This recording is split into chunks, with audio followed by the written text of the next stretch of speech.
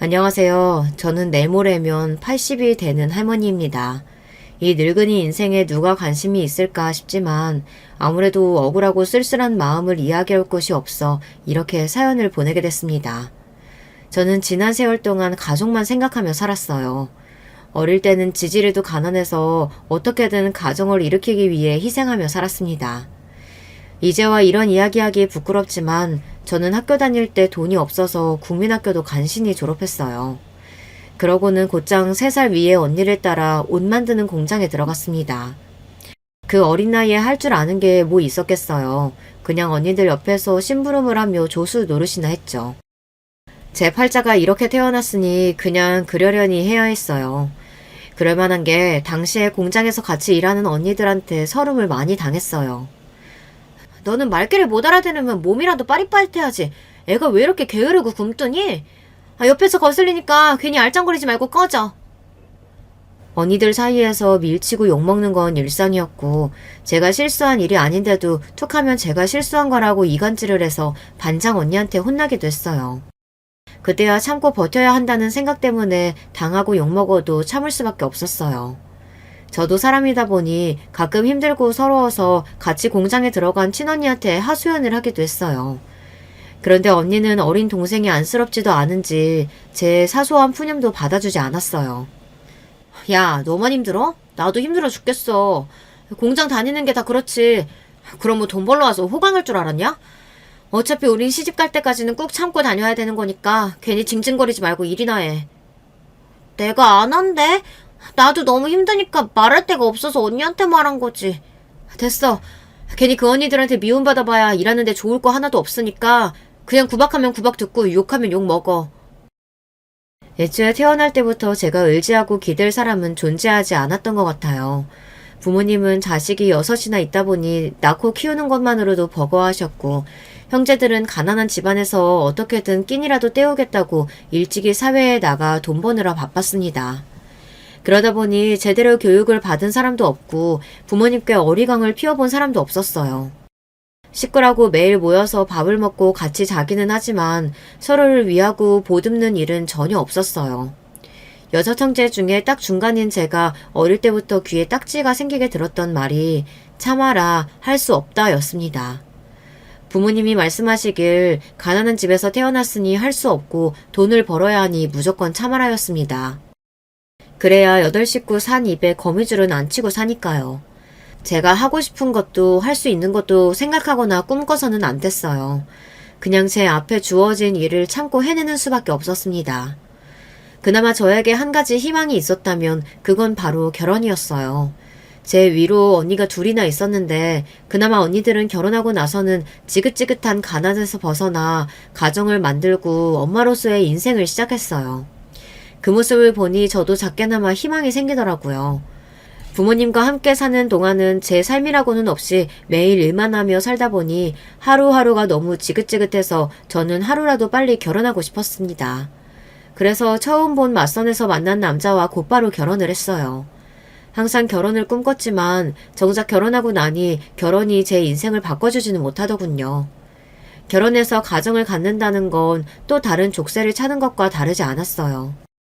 남편은 친정아버지보다 훨씬 더 고지식하고 이기적인 사람이었고 시부모님은 친정어머니보다 훨씬 더 잔소리가 심하고 공장 언니들만큼이나 구박을 해댔어요.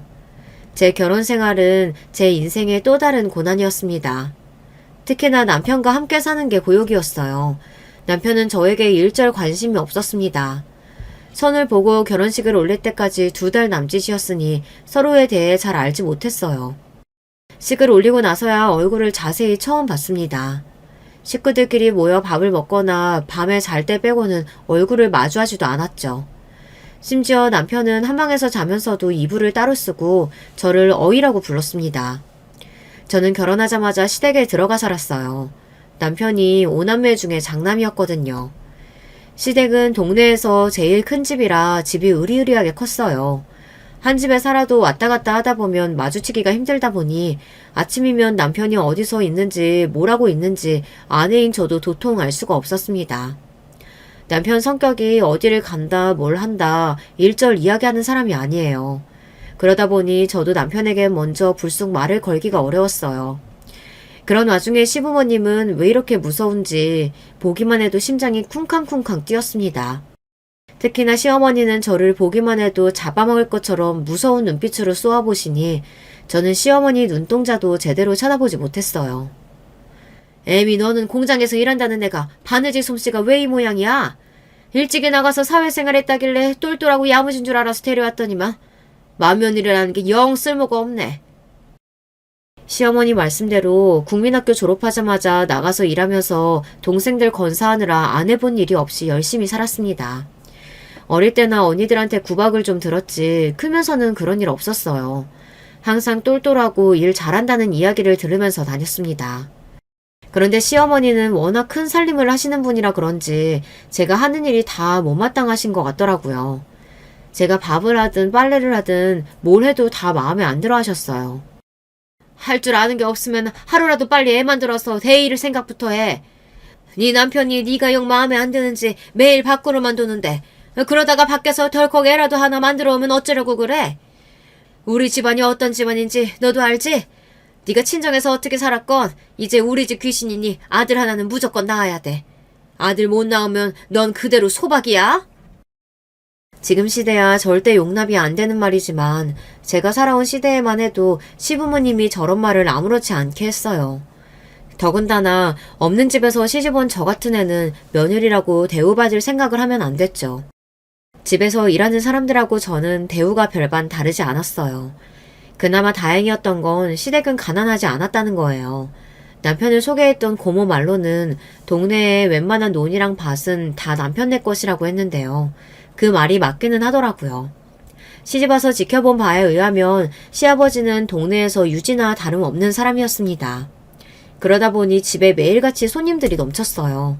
그 많은 손님들을 접대하느라 며느리인 저는 손님상을 차리고 치우느라 하루도 쉴 날이 없었습니다. 어떨 때는 너무 힘들어서 차라리 공장에 나가서 일하는 게 낫겠다 싶은 날도 있었습니다. 그런 와중에 저에게도 좋은 일이 생기기는 생겼어요. 저에게도 결혼한 지 3년 만에 아이가 생겼습니다.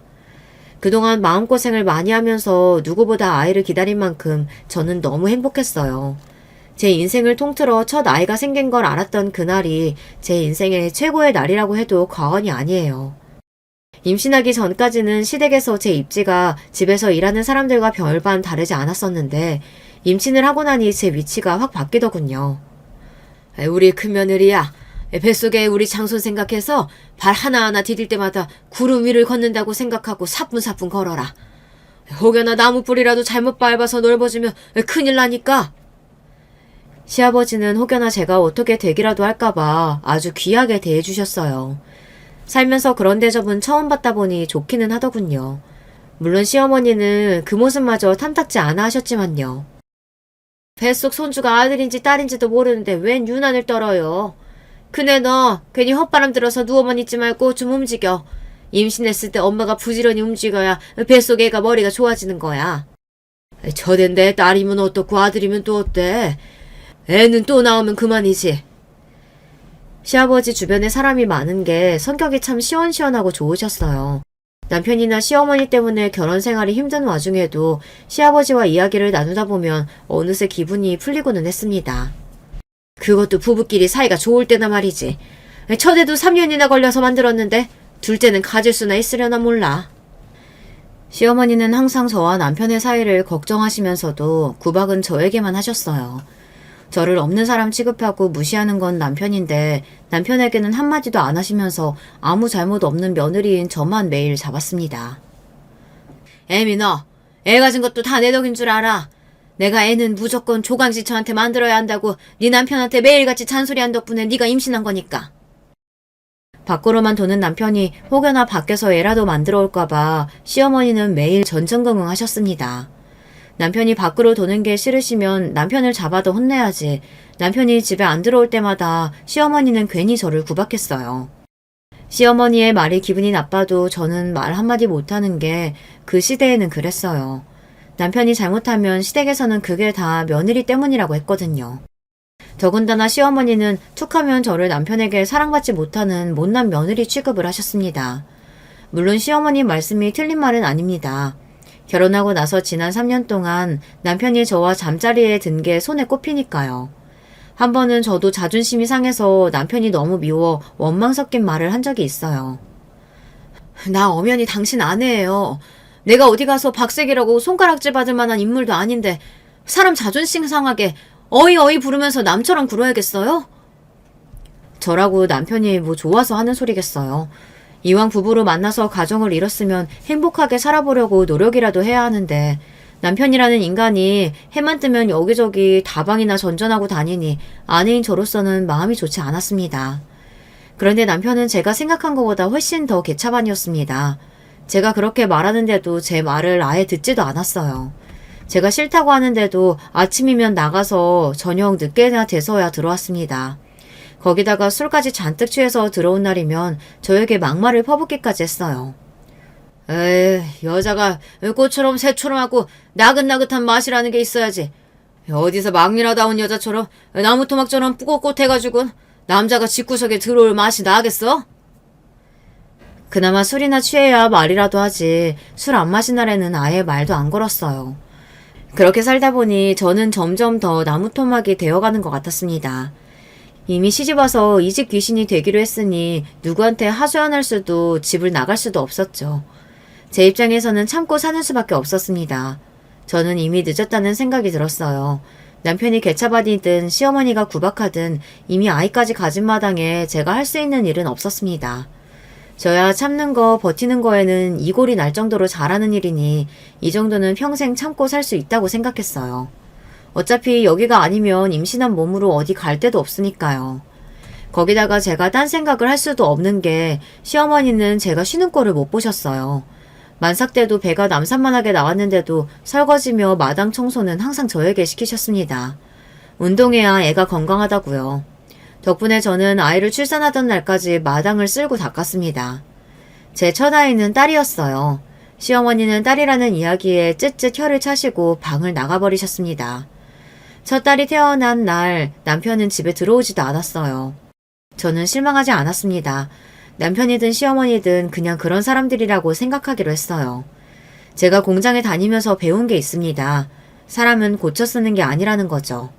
모두 다 같은 상황에서 힘들게 일하면서도 옆에 사람에게 도움이 되는 사람이 있고 본인이 힘든 걸 옆에 사람에게 떠넘기는 사람이 있습니다. 이 사람들은 함께 일하는 10년 동안 조금도 변하지 않았어요. 그때 제가 배운 게 되먹지 않은 인간들은 거르는 게 답이라는 겁니다. 남편이든 시어머니든 제가 고른 게 아니에요. 어쩌다 보니 제 남은 인생을 그들과 함께하게 되어버린 거죠. 남편과 시어머니는 개념이 부족하고 기본 예의라고는 없는 인간들이에요. 그냥 제 마음속에 그렇게 낙인을 찍고 나니 오히려 저는 편했습니다. 오로지 제 품에 안겨서 입을 오물거리고 있는 제 아이만을 사랑하기로 했어요. 물론 마음은 그렇게 먹었어도 한 번씩 참지 못하고 마음이 뒤틀릴 때가 있었습니다. 특히나 남편의 고약한 말버릇이 저를 한계에 부딪히게 했어요.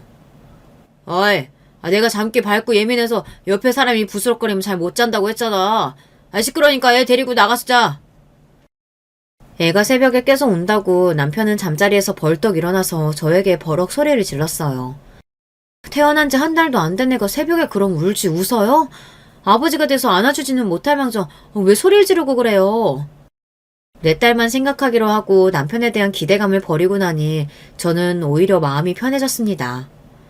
애는 엄마가 키우는 거지 아버지가 안아주길 뭘 안아줘? 고추도 안 대고 태어난 게 뭐가 이쁘다고? 남편과는 애초에 말이라는 게 통하지 않았습니다. 돌아가신 친정아버지보다 더 말이 안 통했어요. 결국은 애가 태어나고 나서부터는 남편과 아예 각방을 썼습니다. 제가 왜 저의 결혼 생활이 고난이라고 했는지 이제 좀 이해가 가시나요? 저는 남편과 시어머니에게 시녀 취급을 받으며 결혼 생활을 간신히 버텨냈습니다. 그렇게 저는 시댁 귀신으로 그 집에서 30년을 버텼어요. 인간 말종 남편과 전환 보면 지랄하는 시어머니 사이에서 참고 또 참았습니다. 제 나이 50대에 들어섰을 때 시부모님이 두 분 다 돌아가셨어요. 그리고 제가 환갑을 맞이했을 때는 딸과 아들 둘 다 시집 장가를 보냈습니다. 그러고 나서야 저는 그 집에서 벗어날 수 있었습니다. 저는 그 대궐 같은 집이 지긋지긋했어요. 어디를 가나 좋은 기억이라고는 없는 곳이다 보니 빨리 벗어나고 싶었습니다. 둘째 아들이 장가를 가자마자 저는 남편에게 말해서 그 집을 팔고 그 동네를 떠나고 싶다고 했어요. 조금 더 한적하고 조용한 곳으로 가고 싶다고 했습니다. 예전에는 상상도 할 수 없는 일이었지만 남편은 제 말대로 집을 팔았어요. 인간 말종 같던 남편도 나이가 들기는 들었는지 많이 변했습니다. 그럴만하죠. 그동안 본인이 저에게 한 짓이 있으니 늙어서 저에게 밥이라도 한 그릇 얻어먹으려면 앞으로 남은 인생은 저에게 참여하는 마음으로 살기로 했거든요. 집을 판 남편은 그 돈으로 제가 원하는 동네에 그림 같은 주택을 지어주었어요. 저와 남편은 남은 노후를 그곳에서 편안하게 보낼 생각이었습니다. 시부모님이 떠나시면서 그 많은 재산을 남겨주신 덕분에 저와 남편의 노후는 일찍이 준비되어 있었거든요. 저는 이제야 좀 내 인생도 피나보다 싶었습니다. 그런데 인생이라는 게 돈만 있다고 되는 게 아니더군요. 이제 좀 살만하다 싶었더니 이제는 자식들이 말썽이었어요. 딸내미는 일찍이 독립했어요. 대학을 외지로 간 탓에 집을 얻어서 일찍 독립했습니다. 그 이후로는 취직하고 일찍 결혼해서 성인이 된 이후에는 같이 산 적이 없어요. 그래서 그런지 애가 워낙 독립적이고 부모한테 기대려고 하지 않아요. 서로 떨어져서 산 세월이 길다 보니 언제부터는 연락도 자주 안 하고 명절이나 생일에 만나고 그랬어요. 마음이야 혼자 사는 딸내미 자주 보러 가고 싶기도 하고 챙겨주고 싶기도 했지만 시부모님 돌아가실 때까지 감옥 같은 집에서 매일 신년노릇을 하고 사느라 딸 자식도 챙길 여유가 없었습니다. 사실 큰딸이 외지로 대학을 가겠다고 했을 때 남편이랑 시어머니 둘 다 반대했어요. 걔집애가 겁도 없이 어딜 혼자 산단 소리를 해? 인생 망하려고 작정했어? 어머니 내버려 두세요. 지가 나가서 알아서 살 자신 있나 보죠. 외지로 나가면 학비고 뭐고 아무것도 안 해줄 거니까 그런 줄 알아? 남편은 딸이 원하는 대학에 입학했는데도 축하한다는 말 한마디 없이 외지로 나가는 건 무조건 안 된다고 반대만 했어요. 딸도 이미 우리 집 분위기를 다 알다 보니 더 이야기하지도 않았습니다. 언제나처럼 본인이 알아서 하겠다고 했어요. 대학을 가든 집을 구하든 제가 알아서 할 테니까 아버지든 할머니든 지금처럼 저한테 관심 가지지 말고 신경도 쓰지 마세요. 아이고 전혀 말하는 것 좀 봐. 자기 어미한테서 보고 배운 게 없으니 저 모양 저 꼴이지. 저런 걸 나중에라도 어떤 남자가 데리고 가겠어? 그만 좀 하세요. 애가 어린애도 아니고 왜 자꾸만 기를 죽이세요. 소영아, 괜찮으니까 너 하고 싶은 대로 해. 엄마가 다 알아서 도와줄게. 그때가 아마 처음으로 시어머니 앞에서 제가 딸 편을 들었던 것 같아요. 그전까지는 시어머니가 딸이라는 이유만으로 제 아이를 구박하고 무시해도 시어머니에게는 토를 달지도 못했으니까요. 그런데 저도 사는 게 지겹고 남편에게 질릴 대로 질리다 보니 세상 무서울 게 없더라고요. 제 첫 반항에 시어머니도 당황한 듯 보였지만 저도 이제는 무서울 게 없었습니다. 아무리 시어머니라고 해도 더는 저에게든 제 자식에게든 싫은 소리 하는 건 못 참겠더라고요. 저는 그 길로 시아버지에게 가서 부탁을 드렸어요. 소영이가 외지에 있는 대학에 합격했는데 남편이 등록금이랑 하숙집 구할 돈을 안 주려고 한다고요. 어려서부터 영화 만든다고 노래 부르던 애가 영화과에 합격했으면 잘했다고 축하를 해줘야지. 그 자식은 능력도 없는 게 왜 자식 앞길을 막아? 걱정하지 말아라. 이 할아버지가 알아서 다 도와줄 테니까. 소영이 너는 대학 가서 공부만 해. 남편이라고 있어도 시아버지만도 못했습니다. 딸애가 영화를 좋아하는 건 남편은 전혀 몰랐을 텐데 시아버지는 알고 계셨더라고요. 시아버지가 살아계실 때는 그래도 그 감옥 같은 집에서 제가 숨구멍이 좀 트였습니다. 평생 시부모님 그늘에서 아무것도 안 하고 반백수로 산 남편을 누구보다 한심하게 생각하셨던 시아버지는 저에게 항상 미안해하시고 안쓰러운 마음을 가지고 계셨거든요. 그러다 보니 제가 하는 말은 언제나 주의 깊게 들어주셨어요. 시아버지 덕분에 큰딸을 원하는 대학에 보낼 수 있었습니다. 학교 근처에 집도 얻어주셔서 딸애도 고생 안 하고 대학에 다닐 수 있었죠. 저는 그런 딸이 대견했어요. 저는 국민학교도 간신히 졸업하고 평생 공장에서 미식만 돌리며 살다가 집에서도 제대로 된 사람 대접도 못 받고 살았어요. 딸이 엄마 팔자 닮는다는 말을 제일 싫어하는 저로서는 딸이 저를 닮지 않고 자기 갈 길을 훨훨 잘 날아가는 모습이 마냥 고마웠습니다. 본인이 원하는 대로 영화 감독도 되고 돈도 많이 벌어서 그렇게 평생 저와는 다른 길을 가기를 바랬어요. 그런데 저의 바람과 달리 애가 대학을 졸업하고 작은 회사에 몇 년 다니더니만 갑자기 결혼하겠다고 하더라고요. 엄마로서의 솔직한 마음은 아직 나이도 어리고 하고 싶은 일도 많으니 조금 더 있다가 했으면 좋겠다 했는데 사위랑 둘이 너무 좋아서 죽는 모습을 보니 또 말릴 수가 없었습니다. 제가 그런 걸 못 해봤잖아요. 남편이랑 알콩달콩 행복하게 살아본 적이 없으니 제 딸만은 사위에게 사랑을 많이 받고 평생 행복하게 살았으면 했습니다. 그렇게 결혼한 딸은 아들을 하나 낳고 열심히 직장을 다니면서 살았어요. 20대 초반에 지금의 사위를 만나 둘이 알콩달콩 연애하다가 애까지 낳고 10년을 넘게 별말 없이 잘 살길래 저는 당연히 애가 알아서 잘 사는 줄 알았습니다. 그런데 그게 아니더라고요. 어느 날 뜬금없이 찾아온 딸은 이혼하겠다고 했어요.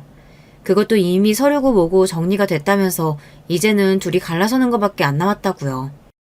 사위와 이혼 이야기가 나온 게 벌써 1년 전이라는데 딸은 그동안 한 번도 전화 남편한테 언질조차 하지 않았어요.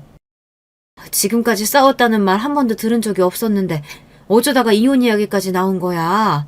이서방이 뭐 잘못했어? 아니면 네가 뭐 잘못한 거야? 요즘 젊은 사람들이야 살다가 싫으면 헤어지는 게 별로 어려운 일도 아니라고 하지만 제가 옛날 사람이다 보니 애까지 있는 마당에 이혼하겠다는 딸의 말을 쉽게 넘어가기가 어렵더라고요. 이미 다 정리됐다고는 해도 10년을 같이 살았는데 한 번 더 이야기를 해보면 생각이 바뀔지도 모르겠다고 기대했어요. 그런데 제 말에 대한 대답은 일절 없이 딸이 이야기를 하는데 그 내용이 기가 막히더군요. 10년이나 같이 살았는데 누가 잘하고 못하고가 뭐가 중요해. 나 이혼 서류 정리되는 대로 혼자 유학 갈 거야. 지금이라도 하고 싶었던 영화 공부 다시 해보려고. 저는 순간 어안이 벙벙해서 말이 나오지를 않았습니다. 딸은 뭔가 대단한 억울한 일이라도 겪기라도 한 것처럼 울분을 토해내는데 저는 마치 꿈을 꾸고 있는 것만 같았어요. 너 지금 나이가 몇인데 공부를 해? 그러고 혼자라니? 네 아들 준혁이는 어떡하고 혼자 유학을 가? 저로서는 딸아이의 말 중 어느 것 하나도 이해가 되는 말이 없었습니다. 그런데 막상 딸은 아무 걱정이 없는 것 같았어요. 내 나이가 뭐 어때서 아직 40도 안 됐는데. 그리고 준혁이랑 아빠랑 산대. 지 아빠가 돈도 더 많고 능력도 있으니까 그러고 싶은 거겠지. 저는 도대체 일이 어떻게 돌아가는 건지 제 머리로는 계산이 되지 않았습니다. 늙고 무식한 제 머리로 정리를 해보자면 딸 말은 사위와 이혼하고 손주까지 사위에게 넘겨준 다음에 혼자 몸으로 외국에 나가버린다는 거였어요. 도대체 무슨 일이 있었길래 이래? 설마 네가 잘못한 거야? 그렇지 않고서야 애가 왜 아빠를 따라간다 그래? 그리고 너 아무리 화가 나도 그렇지 애가 있는데 부모로서 함부로 이혼이니 뭐니 네 맘대로 결정하면 돼? 준혁이 이제 초등학생인데 조금만 더 참아보고 애 대학 갈 때까지만이라도 좀 참고 살아. 그때 돼서 네 공부를 하든 유학을 가든 마음대로 하고. 그 순간엔 저도 너무 화가 나서 이성을 잃고 말았습니다. 딸이 하는 소리는 다 말도 안 되는 소리라고 생각이 들었어요. 제 상식으로는 도저히 이해가 되지 않았습니다. 어떻게 10년이나 같이 산 남편이랑 이혼하면서 저렇게 표정 하나 안 변하고 말을 하고 자식을 저렇게 쉽게 포기할 수 있는 건지 제 자식이지만 정이 뚝뚝 떨어졌습니다. 너는 이 엄마가 평생 사는 걸 봤으면서도 그런 소리가 나오니? 나는 네 아버지 같은 사람하고 살면서도 다 참고 살았어. 너 하나 보면서 꾹꾹 참고 살았다고. 자식 앞에서 자식 때문에 참고 살았다는 말은 절대 하고 싶지 않았지만 딸이 하는 짓이 마음에 들지 않다 보니 저도 모르게 말이 막 나왔습니다. 결혼 생활이라는 게 원래 그렇잖아요. 둘이 좋아주는 건 고작 몇 년이고 그 이후부터는 자식 보면서 가족처럼 사는 거죠. 그 전에 내가 가졌던 꿈이니 희망이니 세월 지나면 다 아무것도 아닌 건데 딸이 그 중요한 걸 놓치고 있는 것 같아 답답하기만 했습니다. 그런데 그때 딸이 저를 향해 원망스러움이 가득한 눈빛으로 쏘아보면서 눈물이 그렁그렁해졌어요. 엄마가 나 때문에 참고 살았다고? 거짓말 좀 하지 마세요. 엄마는 엄마 때문에 참고 살았잖아. 아버지가 무슨 짓을 해도 그 집에서 벗어나서 혼자 살 자신이 없었던 거잖아. 딸도 저에게 서운해서 한 말이었겠지만 딸의 말에 저는 너무 놀랐습니다. 딸이 그렇게 생각하고 있을 거라고는 생각도 못했어요. 나라고 그 집에서 사는 게 좋았는 줄 알아? 나도 엄마만큼이나 지긋자깃하기 싫었어. 내가 지금도 왜 친정이라고 자주 안 가는데 아버지랑 엄마 아무 일 없었다는 듯이 행복한 척 하는 거 소름 돋아서 안 가는 거야. 평소 워낙 말이 없던 딸이 갑자기 저에게 원망을 마구 퍼부어대니 저로서는 무슨 폭격을 맞은 것만 같았습니다. 소름? 너 엄마한테 어떻게 말을 그렇게 해? 엄마가 너한테 뭐 잘못한 게 있다고 그런 소리까지 해? 저는 딸의 울분 섞인 외침 하나하나에 상처를 받아 눈물이 왈칵했습니다. 지금까지 살면서 남편이고 시어머니 때문에 속상하고 억울한 일이야 많았지만 그걸 다 버티며 참고 산 건 딸아이 하나 보면서 참고 버틴 거예요. 그런데 그런 딸에게 이런 소리까지 들으니 더 비참하고 가슴이 찢어지는 것 같더군요. 엄마는 아무 잘못 없는 것처럼 그러는데 아버지 같은 사람도 참고 사는 엄마 그 자체가 잘못이야.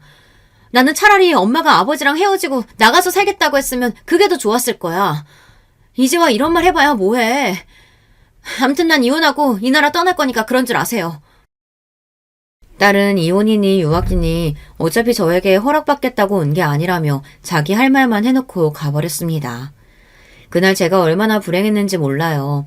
하루 종일 밥도 안 먹고 자지도 않고 내내 멍하니 거실에 앉아 있었어요.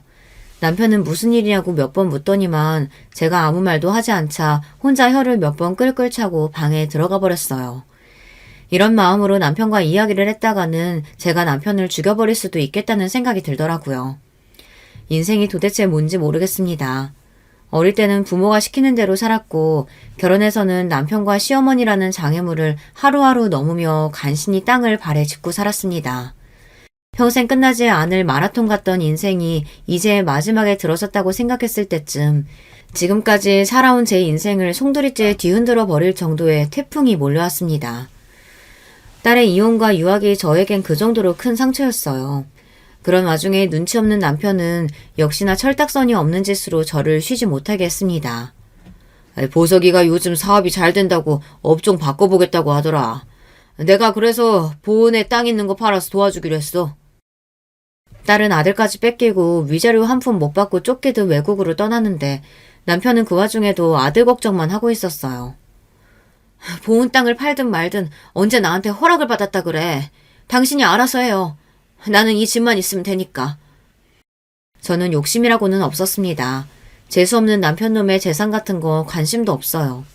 그냥 지금까지 제가 남편이고 돌아가신 시어머니고 버티며 산 세월에 대한 보답이 이 집 하나면 있으면 돼요. 다른 건 남편이 팔든 씹어먹든 어떻게 해도 상관없었습니다. 둘째 아들은 남편을 그대로 빼다 박았어요. 외모부터 성격까지 뭐 하나 다른 게 없습니다. 제 아들놈이지만 무뚝뚝하고 자기밖에 모르는 게 딱 똑같아요. 저런 놈을 어떤 여자가 좋다고 할까 했는데 어디서 본인이랑 비슷한 여자애를 데리고 와서 장가를 가기로 했습니다. 그런데 둘 다 철이 없어요. 둘째 아들이나 며느리나 어릴 때부터 돈 걱정은 안 하며 산 애들인데 결혼해서도 자기들끼리 뭘 잘해보려고 하지도 않고 내내 부모한테 손만 벌리기 바쁩니다. 며느리가 서울 토박이에요. 어릴 때부터 강남에서 자라서 돈 걱정은 안 하고 살았다는데 애가 좀 사치스럽습니다. 며느리네 친정도 옛날이나 잘 살았지 지금은 바깥 사돈이 대학 교수 퇴임하고 경기도 어디에서 전원생활 중이라는데 크게 도와줄 정도로 여유가 있으신 건 아닌 것 같더라고요. 그러다 보니 아들놈이고 며느리고 비빌 언덕은 남편뿐이니 툭하면 애들 데리고 남편을 찾아왔어요. 요즘 물가 아시죠? 제가 버는 거 가지고 애들 학원비 내면서 내 식구 먹고 살기도 힘들다니까요. 그래도 아버지가 여유 좀 있으시니까 우리 애들 학원비는 좀 도와주세요. 이 귀여운 녀석들 남들 다 하는 건 다 하게 살게 해줘야죠. 자, 우리 새끼들 할아버지한테 가서 안아드려. 어린 손주들을 데리고 와서 남편에게 살랑살랑 애교를 부리게 하고 뭐든 하나라도 얻어가려고 했습니다. 그래. 우리 예쁜 새끼들. 할아버지가 다 해줘야지. 요즘 텔레비전만 틀면 아주 물가니 어쩌니 애들 교육비가 어쩌니 말들이 많더라. 우리 아들 가장으로서 사는 거 힘들지? 원래 처자식 건사하는 게 다 그런 거다. 이 아버지가 다른 건 몰라도 우리 손주들 교육비는 책임질 테니까 걱정하지 말아라. 딸내미가 첫 손주를 낳았을 때는 거들떠도 안 보고 사위 하는 일에도 일절 관심이 없었으면서 어쩜 저렇게 아들하고 아들네 손주 일에만 관심이 많은지 모르겠어요. 저는 남편 하는 짓이 미워서 둘째랑 남편이 그런 소리를 하고 있으면 그냥 얼른 자리를 떴습니다. 안 보는 게 오히려 마음이 편했어요. 그럴 때면 며느리가 꼭 저를 따라 주방으로 들어왔어요. 이 집은 올 때마다 느끼는 건데 너무 예쁘게 잘 지으셨어요. 저도 나이 들면 꼭 이런 집에 살고 싶다니까요. 둘째 아들이랑 며느리가 집에 오는 게 불편한 게 며느리라는 애가 이런 여우도 여우가 없어요. 대학도 좋은 대학 나오고 직장도 좋은 데 다녔는데 그게 다 머리가 좋아서 그런 건지 남편이나 제 앞에서 뭐라도 하나 더 받아내려고 하는데 그게 저처럼 멍청한 사람 눈에도 다 보일 정도로 애가 하는 짓이 여우예요. 결혼할 때도 자기는 다른 건 다 필요 없다고 둘이서 행복하게만 살면 된다고 하더니만 정작 결혼 날짜 잡고 준비할 때는 말이 싹 달라지더라고요. 남편 앞에서 일부러 본인 친구 누구는 결혼할 때 어느 동에 아파트를 얼마에 샀는데 가봤더니 너무 좋았다면서 연신 부럽다고 하더라고요. 며느리가 그렇게 말을 하니 저희 남편 같은 사람이 모르는 척 할 수가 없었죠. 거기다 예단은 무조건 샤넬로 해야 나중에 손해를 안 본다고 대놓고 말해서 샤넬 가방도 2개나 사줬습니다. 그때도 애가 하는 짓이 웃겼어요. 백화점에 저랑 남편이랑 같이 갔는데 끝까지 2개를 들고 결정을 못 하더라고요. 이건 평소에 들기 너무 좋고 이건 특별한 날 들고 나가기 너무 좋은 것 같은데 2개 다 너무 예뻐서 결정을 못 하겠어요. 아버님 어때요? 저 어떤 게 어울려요? 가방 2개를 들고 남편 옆에 착 붙어 애교를 부리는데 제 눈에는 얄미워 보였지만 남편은 아주 살살 녹더군요. 2개가 좋으면 2개 다 사야지 뭘 고민해. 여기요, 이거 2개 다 포장해 주세요. 어머 아버님 너무 멋지세요. 감사해요. 그때부터 알아봤지만 며느리와 아들놈이고 결혼해서 사는 동안 아주 남편 등골을 빼먹어도 다 빼먹을 작정인 것 같더라고요. 며느리는 그나마 다니던 직장도 결혼하자마자 그만두고 아들놈은 갑자기 무슨 의류 사업을 하겠다고 남편한테 돈을 뜯어갔어요. 그래놓고 이제와 사업이 또 잘 안 된다면서 남편한테 돈을 더 달라고 했나 봐요. 저라고 왜 아들이나 남편이 걱정 안 되겠어요. 재산이라고 있어도 다 시부모님께 물려받은 거라 사실 남편이 버는 돈은 없습니다. 그나마 건물에서 나오는 돈으로 둘이 생활하는 건데 아들님이 저렇게 자리를 못 잡고 매일 밑 빠진 독에 물 붓는 것처럼 돈을 뜯어가니 저도 걱정이 되기는 했습니다. 애 나이가 몇 살인데 아직도 애한테 전전긍긍해요. 한번 도와줬으면 그걸로 본인이 지지고 볶고 어떻게든 알아서 해야지. 언제까지 도와줄 거예요? 당신이 몰라서 그렇지. 요즘은 애 둘 키우는 게 우리 때랑은 달라. 영어 유치원이니 사립초등학교니 해줄 게 많다니까. 자식이라고 많지도 않은데 부모가 도와줄 수 있으면 도와줘야지. 아이고, 그렇게 자식 생각하는 사람이 딸내미는 외국에서 어떻게 살든 말든 그렇게 관심도 없어요? 평생을 지지고 볶고 싸우면서 살았으니 늙어서까지 남편과 싸우고 싶지는 않았습니다. 이제는 그럴 힘도 없고요. 그래서 웬만한 일은 잘 참고 넘겼지만 자식들 가지고 차별할 때는 저도 웃겠습니다. 사람이 양심이 없어도 너무 없으니까요. 계집애가 어릴 때부터 부모 말이라고는 안 듣더니만 결국은 이혼당하고 쫓겨난 거 봐. 본인이 본인 인생 꼬아서 사는 애를 내가 뭐 어떡해? 남편은 변한 게 없었습니다. 다 늙어서 버림받을까봐 슬슬 제 눈치나 보면서 사는 거지. 그 속은 옛날이나 지금이나 똑같았어요. 그런데 생각지도 못한 일이 벌어지고 말았습니다. 천년만년 살 줄 알았던 남편이 갑자기 죽어버렸어요. 어떤 날과 마찬가지로 아침부터 스쿠터를 끌고 동네 산책을 간다고 나간 양반이 밥 먹을 때가 돼서도 들어오질 않길래 전화를 해봤더니만 받지를 않더라고요. 저는 또 어디서 동네 사람들이랑 모여 고스톱이나 치고 있나 보다 했는데 그게 아니었어요. 몇 분 후 전화가 걸려 하는데 글쎄 병원이랍니다. 남편이 스쿠터를 타고 가다가 교통사고가 났나 보더라고요. 길이 워낙 사람이 안 다니는 으슥한 골목이었는데 남편을 친 차량이 그대로 그냥 도주해버려서 몇 시간 동안 길에 그대로 방치되어 있다가 지나가던 사람에 의해 발견돼서 응급실로 실려오긴 했지만 이미 사망했답니다. 저는 믿을 수가 없었어요. 남편은 아침이면 어김없이 일찍 일어나 아침을 간단히 먹고 동네 여기저기를 어슬렁거리며 걸어다니다가 이 사람 저 사람이랑 놀고 술이나 한 잔 걸치고 들어오면 그거만큼 낙이 없는 사람이었습니다. 몇십 년을 그렇게 살았습니다. 젊어서 다방 여자들을 그렇게 만나고 밤 늦게까지 술에 잔뜩 취해서 들어와도 길에서 한번 넘어지고 들어온 적이 없었던 사람이었죠. 그런 사람이 차에 치여서 몇 시간이나 길에 누워있다가 그대로 죽었다고 생각하니 도저히 믿기지가 않았습니다. 이 나이까지 제가 무릎 수술을 2번이나 받고 당뇨약을 먹을 때까지도 그 인간은 그 흔한 감기 한 번 안 걸린 양반이에요.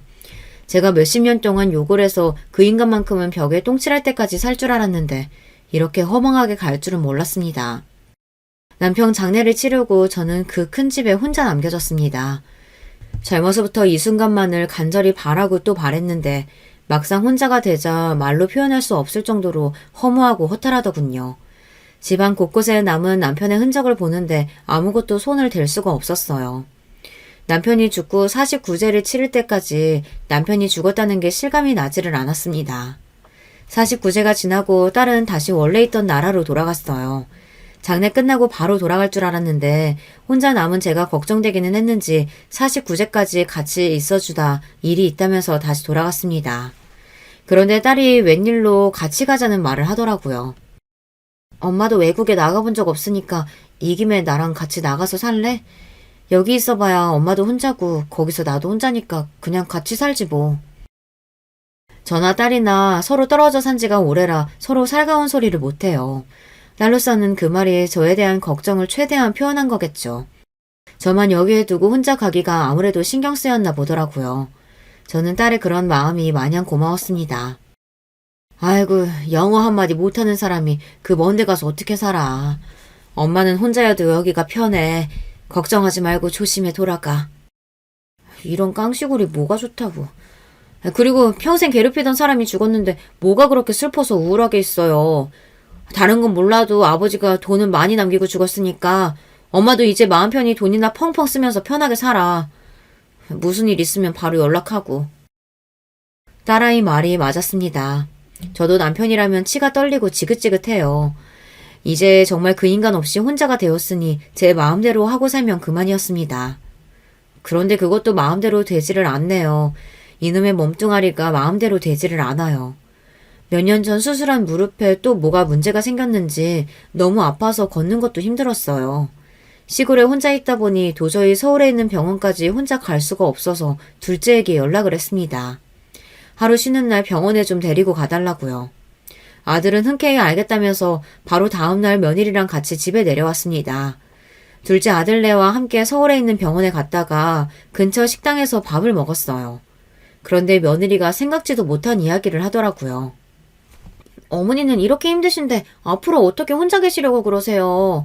치료받으시려면 병원에도 자주 가야 하니까 그냥 서울에 올라오시는 거 어때요? 저희가 모실게요.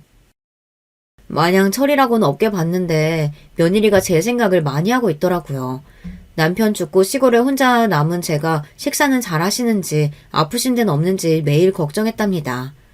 그러면서 하는 말이 이제 아이들도 다 크고 여유가 생겼으니 저더러 본인들 집에 들어와서 살래요.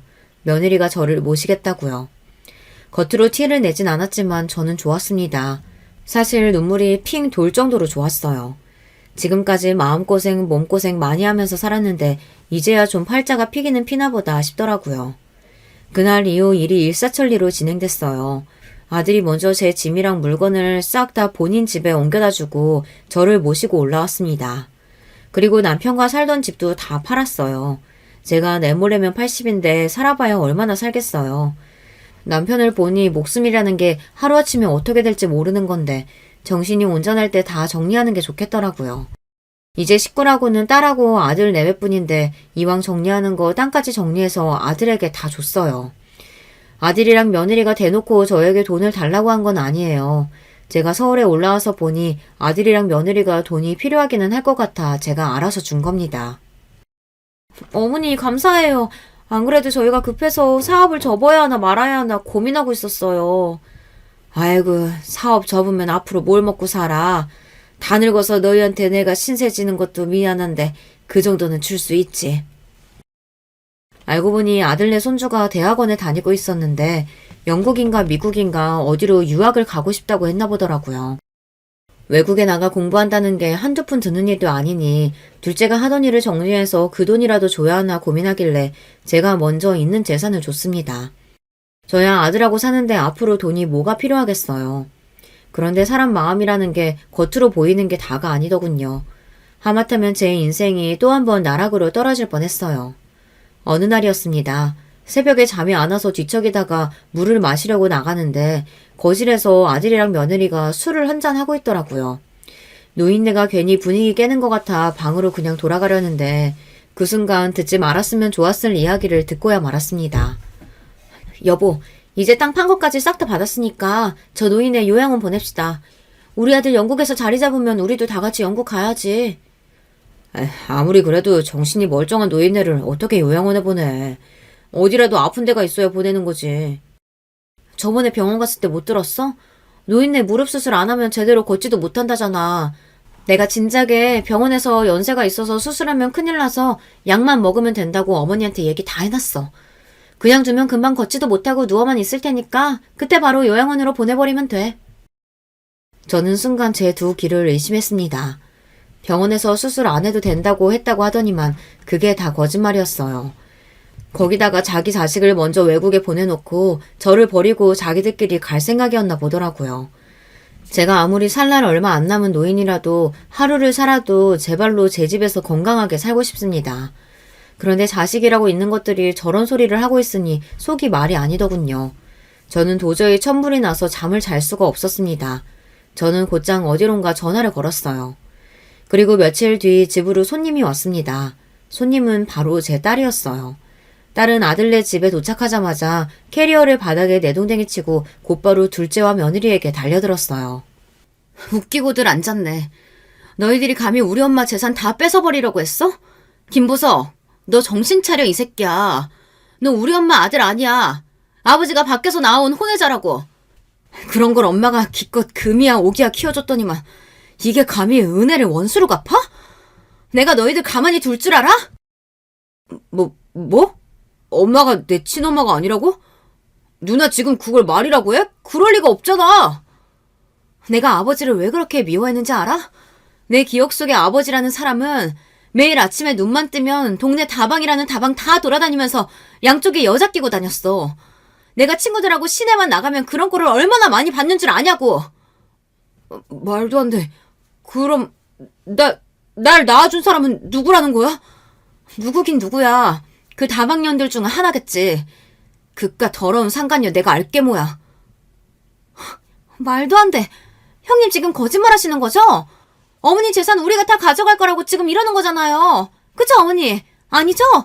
보석씨 어머님 아들 맞잖아요. 며느리는 지금 이 상황이 믿기지 않는다는 듯 제게 다가와 매달렸어요. 소영이 말이 다 맞아. 보석이 너 아버지가 밖에서 낳아온 혼외자야. 그 상간녀가 나랑 너희 아버지 모르게 너 낳았는데 도저히 못 키우겠다면서 어느 날 우리 집에 데려왔더라. 어머, 말도 안 돼. 어떻게 그런 일이 있을 수가 있어? 아버님 너무하신 거 아니야? 며느리와 아들놈은 자기들이 저지른 일은 다 까맣게 잊어버렸는지 지금 당장 벌어진 일에만 놀라서 허둥거렸어요. 그 모습이 얼마나 꼴보기가 싫은지 화가 치밀어 오르더군요. 내가 널 어떻게 키웠는데 네가 감히 나를 환자를 만들어서 요양원에 버리려고 그래? 네가 그러고도 사람이니? 저는 둘째에게 다가가 그놈의 뺨을 후려 갈렸습니다. 처음이에요. 딸이야 키우면서 잘못하면 한 번씩 때리기는 했었는데 아들놈을 때린 건 처음이었습니다. 혹여나 제가 진짜 엄마가 아니라는 걸 아들이 알게 되기라도 할까봐 딸보다 더 눈치 보고 신경 쓰면서 키웠어요. 당시에 중학생이었던 딸내미는 이미 아들이 제 아들이 아니라는 걸 알고 있었습니다. 그럴 수밖에 없죠. 어느 날 갑자기 돌이 다 된 애가 동생이라고 나타났으니 한참 사춘기였던 딸내미는 모를 수가 없었죠. 지금 생각해보면 그때 딸 말대로 했어야 했어요. 엄마는 도대체 왜 아버지랑 살아? 다른 여자랑 바람 피우고 자식까지 낳는데 그게 용서가 돼? 용서는 무슨 용서. 그냥 무슨 일이 있든 나는 나대로 사는 거지. 그러니까 너도 앞으로 입 조심해. 보석이는 무슨 일이 있어도 네 동생이야. 행여난 누구한테도 보석이 밖에서 나온 애라고 소리하면 안 돼. 알았지? 제가 딸에게 못할 짓 많이 했습니다. 딸도 한참 예민한 시기였을 텐데 얼마나 힘들었겠어요. 그런 와중에 저는 제 생각만 하느라 딸에게 평생 숨기고 살아야 한다고 거짓말까지 시켰죠. 저는 못난 엄마입니다. 제 행동에 아들놈이 놀라기는 했는지 바닥에 주저앉았어요. 그놈에게도 상처였겠죠. 평생을 친어머니라고 생각했던 사람이 진짜 어머니가 아니라는 사실을 알게 된 거니까요. 어쩌면 그게 이 녀석에게 가장 큰 복수였는지도 모르겠습니다. 저는 둘째가 제 친아들이 아니라는 사실을 평생 비밀로 안고 갈 생각이었습니다. 남편이나 그 다방녀는 생각만 해도 둘 다 미웠지만 애는 잘못이 없잖아요. 이제 막 돌도 안 된 애가 누워서 새근새근 잠을 자는데 그 모습이 남편하고 너무 똑같이 생겨서 도저히 미워할 수가 없었어요. 그래서 그 순간부터는 그 아이가 제 아들이라고 생각한 겁니다. 물론 당시에 저에게는 딸밖에 없다 보니 시어머니께서 그 아이를 당연히 우리 자식으로 받아들일 줄 알았어요. 하지만 꼭 시어머니 때문만은 아닙니다. 어미에게 버림받은 아이를 그대로 둘 수는 없었어요. 남편의 아이이니 내 아이다 생각하기로 했죠. 하지만 이제는 아닙니다. 저 녀석은 제 자식이 아니에요. 제가 어떤 마음으로 본인에게 재산을 다 주겠다고 했는지 생각도 못하고 저 녀석이 저를 배신하려고 했어요. 그날 이후 저에게는 많은 변화가 있었습니다. 변호사에게 알아보니 아들이 저를 모시겠다고 속여서 재산을 증여한 거기 때문에 소송을 하면 다시 받아올 수 있다고 하더군요. 얼마 뒤 저는 딸을 주려고 남겨뒀던 건물을 다 팔고 아들에게 줬던 재산도 다 다시 뺏었습니다. 그리고 바로 무릎 수술을 하고 재활을 한 뒤 딸을 따라 캐나다로 갔습니다. 그 사이에도 둘째에게 여러 번 연락이 왔지만 일절 받지 않았어요. 딸이 캐나다에서 대학도 다니고 취직도 하더니만 시민권을 땄더라고요. 저도 딸을 따라 캐나다에 갔습니다. 캐나다에 오기 전까지 많은 고민을 했지만 오기를 잘했다는 생각이 듭니다. 제 인생에 이런 날이 올 줄은 몰랐는데 그림에나 나올 것 같은 호수가 앞에 보이는 집에 살게 됐거든요. 80을 앞둔 나이에 인생이 좋아봐야 얼마나 더 좋을까 싶었는데 지금은 너무 행복합니다. 한국에 사는 동안은 생각도 하고 싶지 않을 정도로 끔찍한 일들이 있었는데 앞으로 남은 인생은 한국과는 전혀 다른 이곳에서 다른 사람처럼 살아보고 싶어요. 여유롭고 우아한 할머니로요. 어쩌면 뒤늦게 꿈을 이룬지도 모르겠습니다. 언제나 딸과 둘이 행복해질 날만을 꿈꿨었는데 이제야 이룬 것 같아요. 둘째 놈은 어떻게 사는지 전혀 모르겠습니다. 괜히 소식을 듣게 되면 키운정이 있으니 마음이 쓰여서 조금이라도 도와주고 싶을 것 같아 아예 한국에 있는 사람들하고는 인연을 끊었어요. 저는 요즘 아주 행복합니다. 이 나이에 이런 인생도 있다는 거 많은 사람들에게 알려드리고 싶어 사연을 쓰기 시작했는데 구구절절 제 하소연만 늘어났네요. 여러분은 저처럼 후회만 남는 인생 말고 언제나 즐거운 인생 사시길 진심으로 바라겠습니다. 끝까지 제 이야기 들어주셔서 감사해요. 이렇게 제가 직접 사연을 보내게 될 줄은 몰랐네요. 제가 약간 속으로 삭히는 스타일이고 나쁘게 보자면 소심하고 좋게 보자면 차분한 사람이라 이런 사연 참여도 많이 망설였어요. 솔직히 밝히자면 욕이라도 먹을까봐 걱정이 됐고요. 하지만 참을 때까지 나름 참아보다가 터지고 말았던 제 경험담을 한 번쯤은 어딘가에 공유하고픈 마음이 자꾸 들어서 결단을 내렸네요. 사연을 보면 별 기구한 환경에서 자라신 분부터 아마도 우리나라에서 손꼽히지 않을까 싶은 재력가 분들도 등장을 하시던데 그런 것에서 제 위치를 빗대어 표현을 해드리자면 저는 여러분이 아마 살아오시면서 주변에 꼭 한둘쯤은 보셨을 법한 그런 수준의 환경에서 자라나 그런 성격을 가진 사람입니다. 제가 아주 어렸을 때 아버지가 돌아가셨어요. 밤에 술에 취하신 채로 무단 횡단을 하다가 비명 횡사하셨습니다. 제 위로는 나이 차이가 9살이나 나는 오빠가 있었는데 아버지가 돌아가신 이후로 고모라는 분께서 오빠를 맡아 키우기로 하시고 데려가셨어요. 제가 고모를 먼 어감으로 표현하는 건 저는 그 이전까지 짧은 생 동안 고모를 뵌 적이 없었기 때문이에요. 그 이후로 고모는 캐나다로 이민을 가셨고 당연히 오빠도 함께였으며 그렇게 가족의 연이 끊어지게 되었습니다. 저는 엄마가 가끔씩 밤마다 소주 한 병에 쉰 김치 하나를 안주 삼아 드시면서 흐느끼시는 걸 몰래 들어왔죠. 아들 하나라도 먹고 살 걱정은 없을 것 같은 환경에 보냈으니 다행이라고 해야 하나. 아니면 남겨진 딸이 불쌍하고 미안하다고 한탄을 해야 하나. 진작에 사이가 안 좋았던 남편이란 냉혈한 교류 한 번 제대로 없었던 매정한 시댁 인간들. 그것들하고 전부 인연을 끊고 살았다면 우리 딸, 우리 서영이 고된 인생을 시작하지도 않았을 텐데 전부 내 잘못이야. 저는 그 흐느낌을 언제나 못 드는 척하면서 이불 속에서 숨을 죽였습니다. 저희 집은 무척 가난한 편이었어요. 아버지가 돌아가신 이후로는 더했죠. 어렸기에 잘 몰랐지만 커가면서 유추할 수 있었던 것은 아버지뿐만 아니라 친가 사람들이 전부 자기 밥그릇만 딱딱 챙기면서 살고 온정이라는 게 없는 유형들이라는 것이었어요. 아마 천성이 그랬나 봐요. 저희 집이 어려웠는데도 친가의 친척들은 누구 하나 도와주기는커녕 아는 채도 안 했던 것 같아요. 그러다가 아버지가 갑자기 돌아가시자 그나마 고모가 캐나다로 가실 예정에 저희 오빠를 끼워주셨던 거죠. 참고로 오빠는 친탁을 한 성격이었습니다. 무심하고 이기적이고 계산적이고 손해보는 걸 싫어했죠.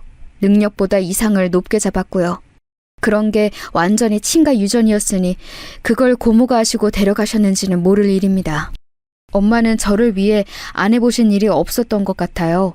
당신의 나이 30대 중반에 저를 낳으셨었으니 결코 젊은 체력이 아니셨지만 그래서 더 고되셨을 테지만 쉬지 않으셨죠.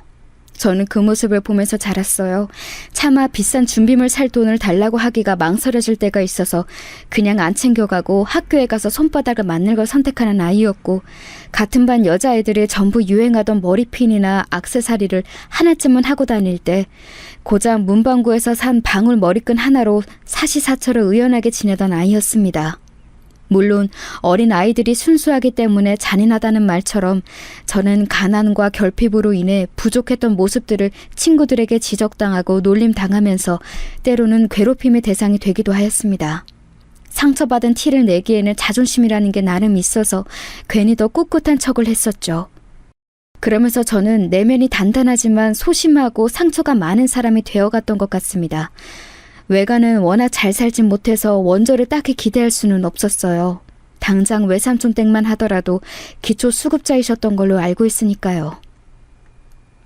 엄마, 저번에 엄마가 이모랑 통화하는 걸 들었는데 혹시 이모네 다음 주에 제주도 여행 가? 우리도 제주도 같이 데려가 달라고 하면 안 돼? 그리고 제주도 가실 돈 있으면 우리 좀 도와주시지. 아, 이런 생각하면 너무 염치가 없는 건가? 아니야, 소영아. 충분히 그렇게 생각할 수 있지. 네가 잘못한 건 아니야. 그런데 이모는 외할아버지하고 외할머니를 계속 모시면서 살고 있잖아. 다른 형제들처럼 형편이 아주 어렵지는 않다는 것, 그것 하나만으로도 여태까지 부모를 책임지며 사는 자식으로 지내왔으니 모처럼 제주도에 놀러 간다는 것, 그걸 보면서 잘 됐다, 잘 쉬다가 왔으면 좋겠다, 이렇게 봐주는 게 좋을 것 같아. 아, 생각해보니까 그렇네. 이모가 지금까지 외할아버지랑 외할머니를 다 챙기면서 사셨구나. 아, 내가 왜 이걸 고려를 못했을까? 나는 생각하는 게 너무 좁나 봐, 엄마. 우리 서영이는 누구를 닮아서 이렇게 착할까? 모르긴 몰라도 네 친구들 중에서 너처럼 이렇게 생각이 깊은 사람은 없을 거야. 엄마 눈에는 우리 서영이가 최고야. 늘 부족하고 변변찮은 이런 엄마라서 우리 서영이에게 늘 미안할 만큼 우리 서영이는 전혀 모자란 게 없어. 그냥 엄마가 다 미안해. 나 엄마한테 그런 소리 들으려고 한 거 아니야. 제발 그런 소리 좀 그만해. 엄마는 다 좋은데 가끔 이렇게 너무 울적하고 자기 비하를 잘하는 것 같아. 그럴 때마다 난 진짜 속상해. 나는 엄마랑 살아서 행복하고 돈이 많이 없어도 괜찮아. 내가 성공하지는 못하더라도 꼭 인생 잘 살게. 엄마는 이 다음에 내가 커서 엄마 같은 결혼하지 말고 꼭 나를 우선으로 아껴주는 남자랑 결혼하는 게 소원이라고 했지? 그 소원도 내가 들어줄게. 그러니까 엄마가 자꾸 나한테 미안해하면서 우울해할 거 없어. 엄마는 감동하셨다는 듯 제 손을 꼭 잡아주셨고 저는 그때 뭉클한 감정이 들었죠. 사실상 연락 한 통 없는 오빠는 남이나 다름없었습니다. 저는 그저 피를 나눈 형제가 지구상 어딘가에 존재한다는 정도로 생각하면 끝이었지만 엄마에게는 친자식이었으니 그 심정이 오죽하셨을까요? 밤에 잠이 안 오실 때마다 깊은 한숨을 내쉬며 뒤척거리시는 게 오빠를 생각하고 계셔서 그러시는 것만 같았어요. 그래서 제가 더욱 잘하고자 하였습니다. 그런데요, 인생이라는 게 왜 뜻대로 안 흘러갈까요? 세월이 흘러 저는 남편을 만나게 되었는데요. 우연히 지인의 지인을 통해서 알게 되었던 남편이 처음에는 그저 별다르지 않게 느껴졌어요. 다리를 살짝 전다는 걸 알게 되기 전까지는 말이죠. 궁금해지더라고요. 무슨 사연이 있었는지 말이죠. 나는 나처럼 군대에서 힘든 일을 겪은 사람도 또 없다고 생각해. 나 군대에 있을 때 아버지 돌아가셨지? 우리 누나가 매형 바람 때문에 상심해서 건물 옥상에 올라가 죽는다고 난리쳐서 엄마 충격으로 쓰러지셨지. 그리고 결정적으로 내가 훈련 도중에 다리를 다쳤는데 제때 적절한 치료를 못 받아서 영영 이쪽을 절게 되었지. 어디 나처럼 힘든 군생활 보내본 사람이 있으면 나와보라고 하고 싶네. 그런 일이 있었구나. 근데 이야기 듣기 전에는 그런 사연이 있었을 거라고는 짐작도 못했어. 그냥 수더분하고 사람들하고 잘 어울리고 그런 사람으로만 보였어. 되게 내면이 강한 사람이구나. 내가 본받아야겠네. 다들 내 얘기 듣고 나면 나를 동정하거나 별정 보듯이 쳐다보거나 아니면 부담스러워하던데 이런 반응 보이는 사람은 또 처음이다. 저희는 서로에게 묘한 호감을 느꼈습니다. 그게 시작이었고 끝내 부부의 연으로 이어졌죠. 저희 엄마도 남편을 괜찮게 보셨어요. 사람은 겉보다 속이 중요하다고 제가 좋다면 당신께서는 상관없다고 말씀을 해주신 이후로 저는 남편에게 마음을 더 열게 되었던 것 같습니다. 그러나 모든 게 지나간 지금이야 이르러서야 저는 차분하게 생각이라는 걸 해봅니다. 인정을 해보자면 저는 아마도 어렸을 때부터 어려운 환경에서도 버텨야 한다는 강박, 힘든 엄마께 짐이 되어서는 안 된다는 착한 아이 증후군, 이런 것들을 쌓아오면서 어쩌면 남편을 보자마자 익숙한 환경의 내음을 맡은 것일지도 모르겠습니다. 좀 더 다채롭게 살아오지 못한 저의 쓰라린 잘못이겠지요.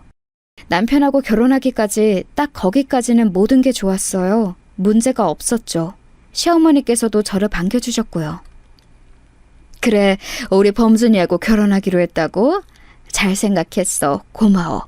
내가 앞으로 며느리 사랑으로는 동네에서 최고로 꼽히는 시어머니가 되어보도록 내가 그렇게 할 테니까 우리 범준이 잘 좀 부탁할게. 내 아들이어서가 아니라 정말로 착하고 성실하고 인물도 빠지지 않고 정말 괜찮은 녀석이야. 네, 어머님 괜찮은 사람인 거 저도 알아요. 앞으로 잘 살아볼게요. 저도 잘 부탁드립니다. 그렇게 훈훈한 고부 관계의 시작, 결혼 생활의 시작인 줄로만 알았습니다. 하지만 몇 달이 흐르자 하늘이 저를 비웃으며 이러더군요. 착각도 유분수라고 말이죠. 남편이 출퇴근을 잘했고 회사에서도 자기 일은 잘하는 모양이었는데 집안일은 정말이지 전부 다 저의 몫이었어요. 열이면 열 전부 다요. 쓰레기하고 음식물 버리러 나가는 일조차 제 몫이었으니 말 다 했다고 봅니다. 하라고 시키면 입으로는 알겠다고 해요. 그래놓고 1시간이고 2시간이 지나도 안 합니다. 어렸을 때부터 집안일 야무지게 하면서 엄마의 일을 덜어주려고 안달이었던 저는 깔끔하게 해놓는 것에 이골이 났을 정도였기 때문에 지저분하고 더러운 게 너저분하게 널려있는 꼴을 잘 못 봐요. 그래서 꾹 참고 결국에 제가 그걸 정리하면 남편이 눈 동그랗게 뜨면서 꼭 이렇게 말을 했지요. 그거 내가 이따 하려고 했는데 당신이 치웠어? 에이, 그냥 두지. 내가 할 거였는데. 하긴 뭐래? 대체 언제 하려고 했는데? 내일? 모레? 일주일 뒤? 뭘 시키면 제발 바로바로 좀 해주면 안 돼? 바로 하라 그러면 컨디션 핑계 대면서 조금 이따 움직여야 한다고 하는 것도 나는 이제 핑계로밖에 안 들려. 나 가끔 통증 올라와서 약 먹는 거 당신도 알잖아. 그리고 약 먹은 직후에는 정신도 몸도 너무 나른해서 좀 쉬어줘야 하는데 당신은 그거 알면서도 이래? 내가 몸이 편치 않은 사람이라서 쉽게 보고 나한테 이러는 거지? 아니야. 됐어. 그냥 내가 잘못인가 보네. 당신 심기 불편하게 하려고 한 거 아니니까 이쯤 하자. 남편하고의 대화는 잘 흘러갈 때도 있었지만 대체로 삐딱선을 탔습니다. 남편은 괜찮고 무던하게 굴다가도 이따금씩 발끈하기를 잘했어요. 자기 다리가 불편하다는 그 문제에 기인해서 말이죠. 저는 맹세코 단 한 번도 남편의 신체적인 걸 가지고 흠으로 잡거나 장난으로라도 쉽게 말을 해본 적이 없었습니다. 그런데 자기 혼자서 그러더라고요. 본인 딴에는 오래 묵은 콤플렉스였기 때문에 그런 것이겠거니 하고 제가 양보를 했네요. 결혼하고서 딱 1년 만에 제가 아이를 낳았어요. 임신 당시만 하더라도 저는 예상보다 이르게 아이를 가지게 되었지만 잘 됐다고 단란한 가정을 꾸려보겠다고 그런 다짐을 하면서 행복한 미래를 꿈꿨습니다. 그런데 갈수록 남편하고 잘 안 맞을 줄 알았다면 임신에 더욱 신중했을 것 같다는 생각이 들더군요. 결혼하기 전에 봤던 모습하고 결혼하고 나서의 모습이 왜 그렇게 날이 갈수록 간극이 벌어지던지 이래서 결혼은 지독한 현실이라고들 하는 것 같더라고요. 암만 그래도 남편하고의 문제는 사소한 걸로 싸우기도 하며 사는 부부라고 여기며 그럭저럭 참아줬습니다. 진짜 배기는 시어머니셨네요.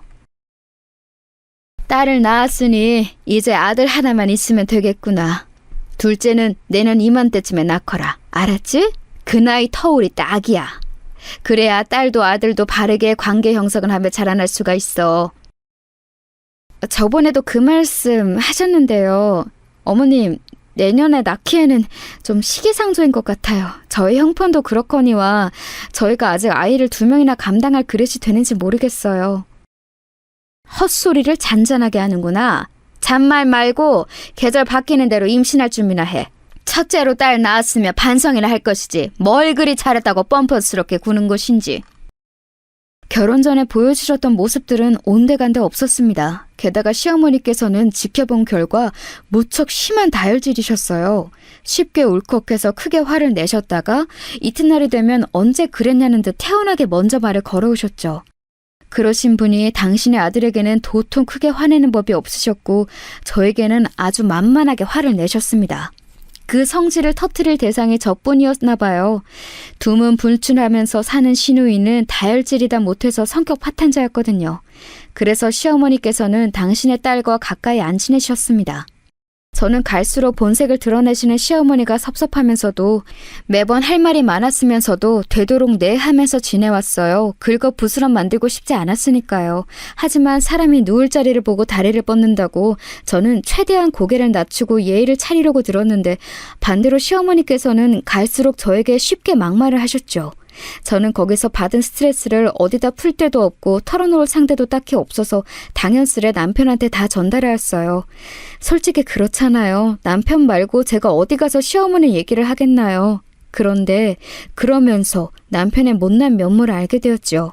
어느 날 칭얼거리는 아이를 달래다가 일찍 스르르 잡는 날이었는데 잠에서 깨서 물을 마시러 방 밖을 나갔어요. 그랬다가 남편이 시어머니와 통화하는 걸 듣게 되었죠. 저하고 나눴던 대화를 아주 미주알고주알 시어머니께 다 고하고 있었습니다. 아, 그래서 어머님이 자꾸만 나에게 불만을 품고 계셨구나. 아들을 통해서 얘기를 다 전해두고 계셨으니까 어쩐지 이상하다 했어. 헉! 언제부터 있었어? 다 들었어? 근데 너무 안 좋게 받아들이지 마. 엄마와 아들이 그냥 서로 안부 물으면서 이런저런 얘기를 다 하는 것뿐이야. 떠올려낸 변명이 겨우 그 정도야? 정말 해도 해도 너무한다. 내가 어머니 성질 얼마나 참아하는지 아는 사람이 중간에서 어쩜 이럴 수가 있어? 앞으로는 어머님한테 절대 내 입에서 따로 나온 얘기 전해드리지 마. 고자질 하지 말라고. 알았어. 안 그럴게. 나도 남자로서의 자존심이 있지. 더 이상은 안 해. 그래 놓고서 안 하기는 개뿔. 이제 들켰으니 막 나가는 것도 아니고 시어머니께 여전히 다 고해 바쳤어요. 이제는 시어머니께서도 저에게 툭 까놓고 우리 아들이 그러던데 라고 포문을 여셨습니다.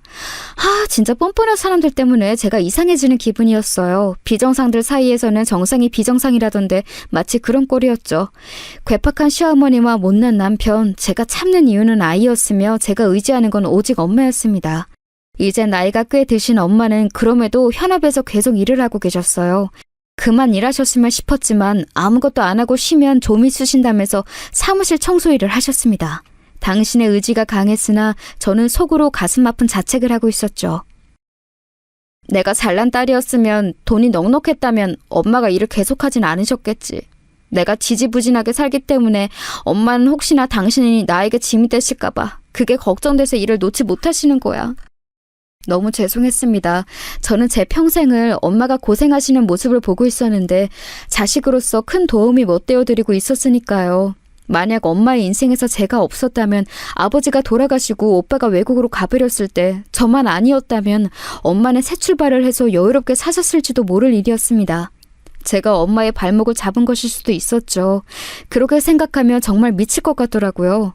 그러던 와중에 엄마가 엄청 추운 날씨에 일을 다니셨다가 몸살 감기를 크게 앓으셨어요. 나이가 드시니까 이제 그런 것에도 영향을 많이 받으시더군요. 감기가 다 나은 후에도 쉽게 골골거리시며 기력을 잘 회복하지 못하셨어요. 온몸이 쑤신다고 하시는 말씀을 듣고 얼마나 마음이 아팠는지 모릅니다. 내과에 가봐도 뾰족한 수가 없고 약국에서 영양제를 사 먹어도 별로 효과가 없는 것 같다 하시던 엄마가 고민 끝에 동네에서 잘 되는 한의원을 찾아가셨어요. 그리고 침을 한번 맞고 오셨는데 꽤 괜찮으셨나 봐요. 엄마, 효과를 봤는데 왜 한 번 가고 마신다 그래? 따로 보약 같은 건 안 지었어? 그런 게 다 돈이야. 그것도 큰 돈. 이제 살만해졌으니까 굳이 더 가서 난리 안 피워도 돼. 내가 이럴 줄 알았어. 엄마, 한의원 다니는데 보태 쓰라고 용돈 좀 아까 넣어놨으니까 그걸로 치료 더 받아. 알았지? 엄마 아프시면 내가 심장이 철렁해야 못 살아. 아이고, 힘들게 번 돈을 왜 나한테 쓰니? 이미 줬다니까. 그럼 고맙게 쓸게. 우리 딸 정말 고마워. 그런 걸로 고마워서 감동하시는 엄마를 보며 저는 제가 불효녀라는 생각이 들었습니다. 착잡한 생각을 하지 않으려고 애써 감정을 다스리고 있을 때였어요. 남편이 엄마 이름 물어보더라고요. 저번에 장모님 한의원에 침 맞으러 다니신다더니 그건 어떻게 됐어? 침 맞으셨대? 맞고 좀 괜찮아지셨나? 확실히 다녀오시니까 좀 낫나 봐. 엄마가 한의원하고 잘 맞는 체질이신 건지 효과를 보신 것 같아서 다행이더라고. 약 한 첩도 다려 드셨으면 싶은데 한약은 부르는 게 값이라 부담스럽다고 하시면서 자꾸 거절하시네. 엄마가 그러시니까 내가 속상하기도 하고 죄송하기도 해. 그렇다고 대충 보약 아무 데서나 다려다가 드리는 건 좀 그렇잖아. 그치?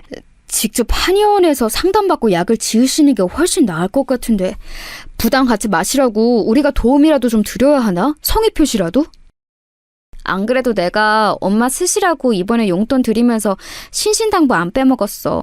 혹시 돈 때문에 그러신 거라면 걱정하실 거 없이 일단 몸부터 챙기시고 우리한테 돈 내미셔도 된다고. 말뿐인데도 무척 좋아하시더라. 남들은 30만 원이라는 금액 아무렇지 않게 부모님 용돈으로 드리고 그럴 텐데. 그냥 생각이 많아지네. 뭐 30만 원? 진짜? 통 크게 썼네. 나는 기껏해야 20만 원 정도를 생각하기는 했는데. 그래. 아무튼 잘했어. 장모님 건강이 우선이지. 그렇고 말고. 남편의 반응에서 왠지 떨떠름한 기운을 감지했어요. 저는 그냥 생각도 못했다가 들어서 잠깐 놀랐나 보다 이렇게 생각하고는 말았는데요. 제가 또 아니랬던 거죠. 다음 날이 되어서야 문득 남편의 입당속을 해야 한다는 생각이 들었습니다. 아뿔싸 싶었어요. 그런데 아니나 다를까요. 이미 남편은 주둥이를 턴 뒤였어요. 시어머니께서 득달같이 저에게 따져 물으시더군요. 넌 뭐야? 너 대체 뭔 생각으로 30만 원이라는 돈을 덜컥 네 엄마한테 보내고 지랄이야?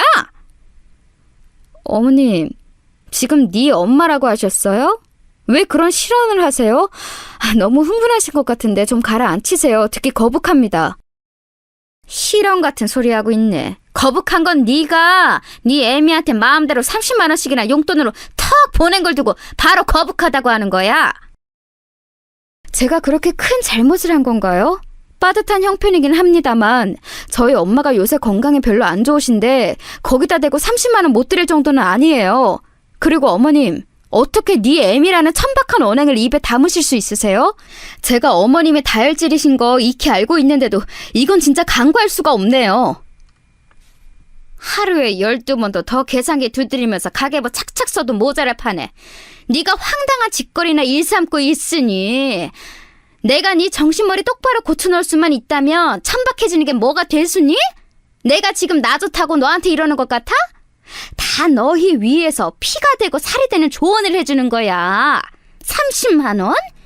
그거 쓰기 전에 너 우리 범준이하고 상의는 했어? 이번 달 생활비가 어떻게 되겠다. 이런 거 계산 다 마치고 한 거 맞아? 시어머니의 고함에 머리가 다 아팠습니다. 이쯤 되니까 저는 이런 상황에서 그래, 내가 잘못이다 라는 생각을 하고 있더라고요. 좀 더 치밀하고 철저했어야 했는데 괜히 부주의해서 남편이 시어머니께 또 전부 고자질하도록 만든 아니란 제가 잘못이었습니다. 한편으로는 좋게 생각하려고 애도 써봤죠. 시어머니께서 억척스레 구시느라 지금 저러시는 거구나 이렇게 여겼습니다. 당신의 아들을 끔찍히 위하시는 분이니 돈 나가는 게 남편의 고생과 같은 거라고 느끼셔서 크게 화가 나신 거라고 속으로 생각을 해봤죠. 그래서 그때 시어머니께 대충 그냥 죄송하다는 식으로 둘러대고 마무리를 했어요. 앞으로는 더 제 자신이 부주의하지 않으면 된다고 여기면서요. 주둥이 가벼운 남편은 그냥 이거 가지고 잔소리하기도 싫더라고요. 이런 남자를 배우자로 맞은 제 팔자가 지독히도 박복하다고 스스로를 비웃었네요. 그런데 이렇게 참고 또 참고 산 제가 도저히 참을 수 없는 일이 곧 벌어지고 말았습니다. 그로부터 한 달 뒤에 시어머니 생신이었던 건데요. 저는 자칭 효자인 남편이 알아서 시어머니 생신 아이디어를 내길 바랐습니다. 제가 저희 엄마 용돈 30만 원 드린 것 가지고 남편의 고자질을 겪고 시어머니의 타박을 받았으니 시어머니의 생신은 그냥 남편이 알아서 해결해 보기 원했어요. 하지만 시어머니께서 예상치 못하게 먼저 생신 선물을 지정하셨습니다. 그걸 저한테 말씀을 하시더라고요. 예, 나는 너희들한테 거나한 거 요구할 생각이랑 없어. 거창한 선물 그런 거 받아봤자 뭐 하겠니? 서로 부담만 되고. 그런 거 가만 보면 실용성이 하나도 없지. 올해는 그냥 현금만 받고 치우련다. 다른 건 아무것도 하지 마. 그게 너희들한테도 좋잖아. 저희는 뭐 어머니께서 원하시는 대로 최대한 맞춰드리는 거죠. 어머님 혹시 저번 일로 저한테 삐지셨다거나 그러셔서 거창한 거 안 받겠다고 하시는 건 아니죠? 그러면 저 너무 마음 불편해서요. 내가 그깟 일로 왜 삐지니? 너도 참 별 이상한 걱정을 다 하는구나. 정말 솔직히 그 순간 시어머니께 감사한 마음이 들었어요. 정말 돈만 들이고 치우는 그런 생신이 될지는 미지수였지만 어쨌든 말씀이나마 그렇게 해주셔서 듣는 입장으로는 썩 나쁘지 않더라고요. 자꾸 그 끔찍히 아끼시는 아들을 두고 며느리인 저에게 이런저런 연락을 다 하시는 시어머니의 면모만 봐도 생신 때 더 고생해야 하는 쪽이 남편이 아니라 저인 것은 너무나도 자명했으니까요. 그간 남편은 시어머니 생신 때마다 건강하세요, 사랑합니다 이런 축하 인사만 멋쩍은 표정으로 드리면 그게 효도를 다하는 거였고 미역국부터 잡채까지 음식 차리고 뒷정리하고 드린 선물에 대한 각종 잔소리 같은 의견을 들어드리는 것도 제 몫이었지요. 이번에야말로 남편에게 많은 걸 전가할 심산이었지만 어찌됐든 시어머니께서 그렇게 말씀해 주시니 반가웠네요. 순간적으로 30만 원을 떠올렸다가 그래도 생신인데 아니지 싶어서 50만 원까지 액수를 생각했습니다. 남편에게도 말했더니 괜찮아 하더라고요. 순전히 제 짐작이었지만 제가 엄마께 용돈으로 드린 30만 원보다 큰 액수라서 흔쾌히 괜찮은 느낌이었네요. 그런데 시어머니께서 제 예상을 뛰어넘는 액수를 말씀을 하시더라고요. 네? 어머님 지금 100만 원이라고 하셨어요? 너 왜 그렇게 놀라니? 네가 놀란 것은 내가 더 놀랐다. 제가 솔직하게 그냥 말씀을 드리자면 50만 원 정도를 생각했었어요. 그런데 2배 액수가 나오니까 제가 깜짝 놀란 거죠. 수중에 100만 원도 없다 이런 얘기는 아니고 이게 현금이다 보니까 아무래도 부담이 좀 될 수밖에 없네요. 뭐가 부담이야? 너는 네 시어머니 생신인데 부담 같은 걸 우느라 마음이 드니? 100만 원 가지고 이러는 며느리 세상 처치에 너밖에 없을 거다. 어머님 왜 또 말씀을 그렇게 하세요? 저희 엄마 30만 원 드렸다고 저한테 되게 뭐라고 하셨으면서 솔직히 100만 원은 3배 이상인데 너무 큰 금액 아닌가요? 그거랑 이거랑 어떻게 같니? 어? 하여간 이 똘추 맹추! 시어머니께서 발끈하셨는데 거기에서 저는 몇 배로 열이 받았습니다. 갑자기 죽었다 깨어나도 그 100만 원 못 드리겠더라고요. 남편에게 당장 그랬죠. 시어머니께서 원하시는 그 금액 못 맞춰드린다고요. 저희 형편이 현금 100만 원 뚝딱 쓸 만큼 넉넉하지 않았으므로 남편도 동의는 되었을 거예요. 고개를 끄덕끄덕 하더군요. 그런데 금세 입술이 대빨 나와 있었어요. 못 드리겠다는 건 알겠는데 당신 왜 말을 그렇게 해? 우리 엄마가 요구 못할 걸 요구한 거야? 그냥 원하시는 걸 말씀하실 수도 있는 거잖아. 당신 반응이 너무 서운하고 섭섭하다. 서운할 것도 많고 섭섭할 것도 참 많다. 남자가 왜 그렇게 그릇이 작아? 매사에 아랑이 간장 종지만한 것 같아. 뭐라고? 당신 지금 내가 몸 성치 않은 사람이라고 우습게 보고서 이러는 거지? 갑자기 얘기가 왜 그렇게 튀어? 그 피해 의식 좀 제발 버려. 그리고 몸이 딱히 성치 않은 것도 아니잖아. 세상에 얼마나 몸 불편한 사람들이 많은데 당신 정도는 아무것도 아니야. 제발 거기에 사로잡혀서 살지 좀 마. 애가 크면서 뭘 보고 배우겠어? 그러자 남편이 반박은 못하고 입술만 한참 실룩거리면서 씩씩거리더군요. 제대로 삐진 모양이세였는데 그걸 보니까 저는 저절로 한숨이 나왔습니다. 당초에 이 결혼 생활 뭐 어떻게 돌아가고 있는 건지 싶은 원초적인 의문이 들었어요. 그 와중에 시어머니께서 노발대발 하셨다는 게 웃긴 대목이에요. 제가 간신히 속을 누그러뜨리려 애를 쓰고 있었건만 그걸 다 수포로 돌려놓으셨죠. 야! 이 망할려나! 네가 뭔데 내 아들 기를 죽여놔, 어? 우리 범준이가 목소리가 기어들어가서는 나한테 너랑 살기 힘들다고 우는 소리 하더라. 얼마나 기가 죽었는지 말도 제대로 못하더만. 우리 범준이 몸 좀 아픈 거 가지고 너 그걸로 사람 우습게 보고 얕잡아봤다면서? 이 못돼 처먹은 것 좀 보게. 너 진짜 내 손에 죽고 싶어? 내가 네 애미한테 30만 원 턱 내놓고 시어머니 생신에는 100만 원 주기 싫어서 용을 쓸 때부터 이것이 요즘 싸가지가 제대로 죽었다는 걸 알아왔음이야. 너 어디 한번 내 손에 죽어봐라. 계속 듣다가는 귀가 썩을 것 같아서 멋대로 통화 종료했습니다. 그리고 저는 그 어느 때보다도 차가워진 제 이성을 느꼈어요. 갑자기 지금까지와는 다른 느낌으로 사리 분별이 되면서 걸핏하면 발작해대는 다혈질 막말 대장 시어머니나 열등감으로 똘똘 뭉쳐있는 고자질쟁이 마마보이 남편이나 다 상관이 없어졌어요. 이들과 더 이상 엮이고 싶지 않다는 생각 하나로 귀결이 된 후였거든요. 저는 시어머니께서 부르짖는 돈이라는 거 입금해 드리기로 했어요. 물론 단위가 많이 달랐지만요. 시어머니께 1원씩 입금해 드리면서 보내는 사람 이름에다가 메시지를 적었습니다. 곱게 안 늙었으면 곱게 뒤지기라도 하세요. 이렇게 말이지요. 그걸 받아보신 입장에서는 입에 거품 무실 수밖에 없었을 겁니다. 번호를 차단했더니 시어머니께서는 득달같이 저희 집으로 달려오셨어요. 늦은 저녁 시간이었는데 어리둥절한 남편 옆에서 저는 태연하게 시어머니를 맞이했습니다. 100만 원 달라고 그랬더니 나에게 10원을 줘? 그것도 1원씩 나눠서 개소리까지 얹고? 이런 개 싸가지 없는 년을 다 보았나? 너 이리 와. 가만히 안 둘 거야?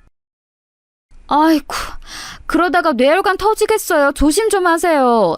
자기가 세상에서 가장 비참하고 몸이 불편한 사람이라고 믿고 있는 그런 아들한테 감명까지 받고 싶으신 거 아니잖아요? 시한폭탄이 따로 없는 딸 도움도 못 받으시면서 이제 본인 건강은 본인이 챙기셔야죠. 저는 빼주세요. 당신 며느리 안 할 거고 당연히 당신 아들 부인도 이제 안 할 겁니다. 저는 제 아이의 엄마만 할 거예요. 뭐라고? 아니 이게 지금 뭐라고 하는 거야? 네가 설마 우리 범준이하고 이혼이라도 하겠다는 거야? 시어머니께서는 분노하시던 것도 접어주고 당황하셨고 남편은 너무 놀랐는지 사례가 들려서 콜록거리느라 얼굴이 금세 시뻘겋게 되었어요. 저는 제 인생 최대의 오점인 두 사람을 바라보며 능청스럽게 어깨를 으쓱 해주었습니다. 전에 없이 당당하고 뻔뻔한 저의 모습에 많이 당황하신 건지 시어머니께서는 돌연 다리가 풀려서 주저앉으셨어요. 남편은 당장에 말도 안 된다며 현실에 부정했죠. 이혼이 애들 장난이야? 당신 지금 왜 이래? 화가 나서 천지분간이 안 되는 모양인데 제발 애를 생각해. 이혼이 어디 하고 싶다고 해서 되는 줄 알아? 왜 안 되는데? 이혼할 수 있는 이유 차고 넘치는데? 당신의 엄마를 봐. 지금까지 나에게 일삼은 언행만 하더라도 나 충분히 이혼 소송 걸 만하다고 생각해. 그리고 당신, 내가 꼭 하고 싶은 얘기가 있는데 당신은 몸이 아픈 게 아니라 정신이 아픈 사람이야. 계속 같이 살다가는 나도 그렇게 될 것 같아서 겁이 나고 애도 자기 아빠 보면서 안 좋은 거 닮아갈까 봐 무서워. 도저히 같이 못 살겠어. 좋은 말로 할 때 최대한 평화롭게 이혼해줬으면 해. 저는 차분하게 할 말을 했고 시어머니께서는 비틀거리며 일어나 제 멱살을 잡으셨습니다. 감히 제가 먼저 이혼을 운운했다는 것이 무척 모욕적이라는 얼굴을 하고 계셨어요. 남편은 넋이 나가서는 자기 엄마를 말려서 제 편을 들지도 못하였고 제가 힘으로 자기 엄마를 뿌리치는 걸 막지도 못하였어요. 이도 저도 아니었던 거죠. 이런 남자였습니다. 광란의 시간이 지나간 이후 남편은 이혼을 못 해주겠다고 나왔지만 저는 시어머니의 어떤 구석 한 가지를 알고 있었기에 그걸 이용했어요. 제가 시어머니께 이렇게 말씀을 드렸죠. 남편, 저랑 이혼하고 나면 분명 새 출발할 수 있을 거라고요. 주변 여자들한테 인기가 항상 많았다는 헛소리도 얹어줬습니다. 그래서 제가 결혼 생활이 더욱 힘들었다는 말도 안 되는 거짓을 얹었건만 시어머니께서는 넘어가셨어요. 이혼하고 나면 다시 며느리 구하기가 힘들어질까봐 그게 걱정된 거였는데 내가 우리 태준이를 과소평가했구나. 그래, 더 좋은 여자가 생길 테지. 지금 뭐가 아쉬워서 이혼을 안 해주겠어? 애 딸린 이혼남이면 새 출발하기 힘들 테니까 아예 애 데리고 꺼져버리면 최고인 거지. 엄마, 근데 그렇게 되면 내가 매달 양육비를 이 사람한테 보내줘야 하는데 사람 일 어떻게 될지 모른다고 그 액수가 부담스러워지면 어떻게 해요. 황당하고 무례한 모자는 제가 있는 앞에서 저딴 대화를 잘도 나누더라고요. 남아있던 일말의 정마저 떨어지게 해줘서 되려 고마웠습니다. 사실 그때까지만 해도 시어머니만 없었으면 남편하고 계속 잘 살았을 텐데 라는 의미 없는 가정을 속으로 계속하고 있었는데 그것마저도 이제 사라졌어요. 모전자전이라고 자기 엄마 닮아서 똑같이 별로라는 것을 새삼 깨달았네요. 제 아이의 아빠로 살게 하고 싶지도 않았습니다. 당연히 양육비는 보내줘야지. 그런데 그거 못 줄 것 같으면 지금 각서 쓰고 갈라서자. 앞으로 죽을 때까지 애를 안 보고 살겠다고, 안 찾겠다고 그거 각서 써. 돈인지 자식인지 하나만 선택하라는 거야. 그래? 정말이야? 내가 각서 쓰면 진짜로 양육비 안 보내도 되는 거 맞아? 진짜지? 무릎이 없기다? 세상에, 이런 찌질한 놈도 결혼을 해서 아이가 있었습니다. 이러한 사실을 다시 곱씹어봐도 놀라울 따름이네요. 저는 다른 거 다 차치하고서라도 제 인생에서 시어머니와 남편이란 이 두 존재를 더는 참아주고 싶지 않아서 이혼을 감행했고 더 바랄 것도 없었습니다. 이혼 과정에서 시어머니께서는 저를 향해 글러먹은 것이라며 욕을 하셨고 제 인생이 망할 것이라고 보셨는데 그러거나 말거나 저는 이혼하게 되었다는 것만으로도 좋았던 것 같아요. 역시나 이혼이 성립되고 나니까 알터니가 빠진 것처럼 후련하더군요. 전혀 아쉽지 않았다는 게 스스로도 신기했어요. 다만 엄마께 죄송한 마음이 컸죠. 엄마, 못난 딸이라서 미안해. 앞으로 어떻게든 내가 아이하고 잘 살아볼게. 아니야, 우리 딸 잘했어. 뭘 어떻게 하든 나는 우리 딸 편이고 응원하는 거 잊지 마. 엄마가 없었으면 나는 이혼까지 갈 용기를 못 냈을지도 몰라. 근데 내 뒤에는 결국 엄마가 있다는 걸 아니까 결단을 내렸던 거지. 엄마, 나 사실은 아이를 아빠 없는 아이로 만들고 싶지 않아서 참고 살았던 것 같아. 그게 내 본심이었던 듯 싶네. 아이도 중요하지만 네가 더 중요한 거야. 네가 행복해야 아이도 행복하게 살지. 서영아, 앞으로는 지금까지보다 더 행복해질 테니 그렇게 믿고 살아보자. 내가 함께 도와줄게. 엄마란 존재는 무엇일까 싶었습니다. 나이가 들수록 그저 떠올리기만 해도 바라보기만 해도 눈물이 날 것 같은 존재이더라고요. 제가 제 아이에게 그런 엄마가 될 수 있을까 싶은 생각이 들면서 저희 엄마가 더욱 존경스럽게 느껴졌죠. 엄마가 아이를 봐주셔서 제가 일을 마음 놓고 다닐 수 있었어요. 정말 열심히 일상을 살아나갔습니다. 그리고 얼마 지나지 않아서 정말 놀라운 일이 벌어졌어요. 어떤 일인지 예상 가시나요? 제 친오빠요.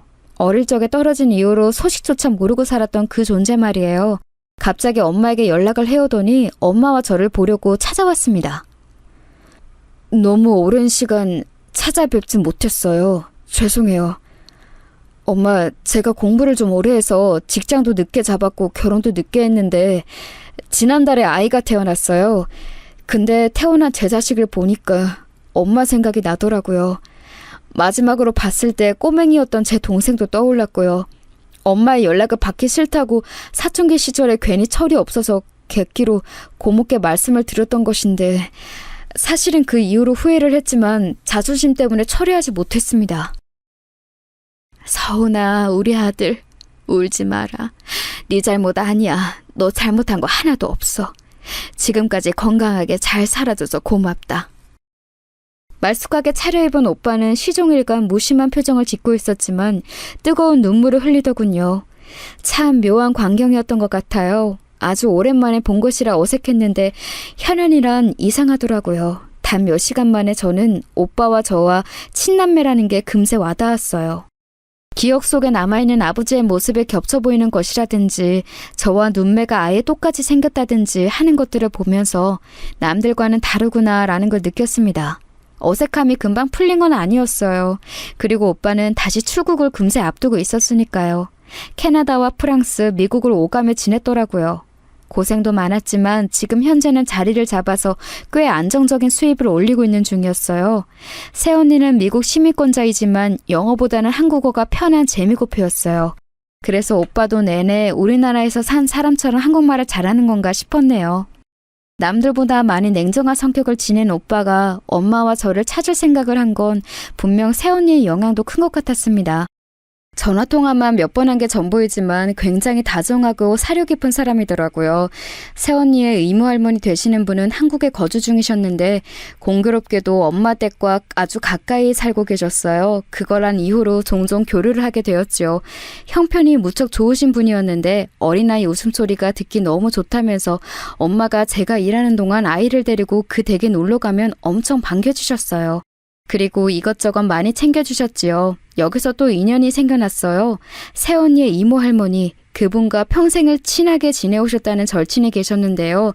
이 절친분께서 저희 예비 시어머니가 되셨습니다. 이분의 막내 아들과 제가 교제를 하게 되었거든요. 어쩌다 이렇게 흘러왔는지 모든 게 신기하고 얼떨결한 따름이에요. 저는 처음에 거절을 했었지만 자꾸만 저에게 돌진하는 그의 마음을 계속 모른 척 할 수가 없어서 받아주었고 연애는 생각보다 진지하게 이어졌어요. 어느새 정신을 차리고 나니까 결혼 이야기까지 오가고 있더군요. 유복한 집안에서 난 사랑을 듬뿍 받고 자란 막내 아들이 왜 저 같은 여자하고 이러는 것인지 암만 해도 안 믿겨서 저는 내심 자신이 없었습니다. 그래서 어느 날 아예 대놓고 예비 시어머니께 여쭈어 보았어요. 제가 애 딸린 이혼녀라는 거 정말 개의치 않으시는 거예요? 저는 좋은 형편에서 자라지도 살아오지도 않았고 기껏해야 전문대 나와서 최저임금을 주는 직장만 전전해온 게 전부인데요. 명문대 나오고 외국 유학까지 다녀온 대기업 다니는 막내 아들을 고작 저 같은 사람하고 맺어주셔도 괜찮으시겠어요? 우리 막내가 좋다고 하는데 내가 뭘 어쩌겠어. 자식의 인생은 자식의 것이지. 부모는 그저 자식이 좋아할 때 같이 웃어주고 슬퍼할 때 같이 울어주면서 그렇게 살면 되는 거야. 최후의 저지선에서 든든하게 자식의 등을 지켜주며 그렇게 살다가 가는 거지. 절대 그 안으로 들어가 개입하면 안 돼. 그리고 솔직하게 말을 해보자면 나는 우리 사용이가 엄청 마음에 드는걸? 내 며느리가 되어준다면야 나야 고맙지. 그 말씀을 듣고 제가 하마터면 눈물을 왈칵 쏟을 뻔했는데 간신히 참아냈어요.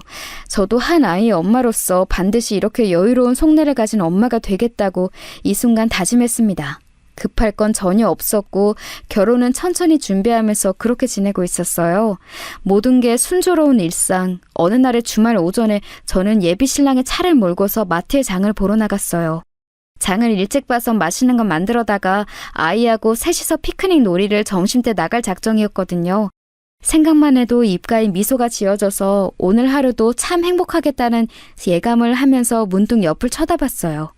4차선 도로에서 막 신호 때문에 멈춘 직후였습니다. 그런데 웬 화분을 파는 노점상 앞에서 옥신각신하는 손님들이 보이는 게 아니겠어요? 딱 보니까 화분을 구경하다가 그걸 깨먹어서 주인과 손님들이 실전을 벌이는 상황 같았어요. 문제는 그 손님들이 제가 아는 얼굴이라는 것에 있었죠. 조수석 창문을 쭉 내리자마자 익숙한 목소리가 들려서 제가 코웃음을 쳤습니다. 뭡니까? 지금 내가 그깟 5,000원 물어주기 싫어서 이러는 걸로 보이세요? 혹시 내가 다리 좀 불편하다고 그거 보고 지금 나를 우습게 여기시는 겁니까? 전 남편의 못난 모습에 고개를 절레절레하고 있을 때 그 옆에 있던 전 시어머니와 눈이 딱 마주쳤어요. 그러자 긴가민가하는 표정으로 무척 놀라시더군요. 제가 큰 소리로 외쳤죠. 여기서 다 뵙네요. 그간 잘 지내셨어요? 세상에, 네가 뭔 일이야? 이 삐까뻔쩍한 차는 다 뭐고? 너 어디 로또에 당첨됐니? 당황해서 외치시는 동안 전 남편은 헐레벌떡 차에 가까이 다가오더니 뒷좌석에 반쯤 열린 창문으로 아이를 확인했어요. 아이가 뒤에 타고 있었거든요. 전 남편이 창문 사이로 다급하게 그러더군요. 아빠야, 아빠! 우리 귀염둥이 아빠 알아보겠어? 그러자 아이가 그 즉시 짜증스러운 표정을 지으며 고사리 손으로 잘도 버튼을 눌러서 창문을 올려버리더라고요. 전 남편이 당황해서 뒤로 자빠지기 일보 직전인 모습을 저는 웃음을 꾹 참으며 쳐다보았습니다. 어느새 옆으로 함께 다가와 있는 전 시어머니까지 모자 둘이서 여전하다 못해 전에 없이 행세까지 남루해 보이는 모습이었어요. 전 남편을 향해서 혀를 끌끌 차준 제가 전 시어머니를 향해서는 마지막으로 이렇게 외쳐주었어요. 화분 얼마 안 하는데 그냥 물어주세요. 제가 예전에 드린 돈도 있잖아요. 10원이요. 그거 보태 쓰시면 되겠네요. 그럼 저는 가볼게요. 일정이 바빠서요. 마마보이 아들하고 즐거운 주말 보내세요. 차가 앞으로 나아갈수록 사이드 미러를 통해 보이는 두 사람의 모습이 작아지더군요. 전 시어머니 그분이 바닥에 털썩 주저앉으시고 이내 부축하려고 들던 전 남편까지 그 옆에 쓰러지듯 앉아버리는 광경이 그대로 보였어요. 그렇게 두 사람은 제 인생에서 존재감이 계속 작아질 테고 사라질 예정이었죠. 그건 제 인생에서 최고로 통쾌한 드라이브였습니다. 지금의 저는 제가 과거에 어떤 경험을 했는지 알면 까무라칠 사람들과 새로운 인연을 쌓아나가며 존중과 존경을 드리고 싶은 시어머니와 저로 하여금 내조의 여왕이 되고 싶게 만드는 사랑하는 남편과 행복하게 지내고 있습니다.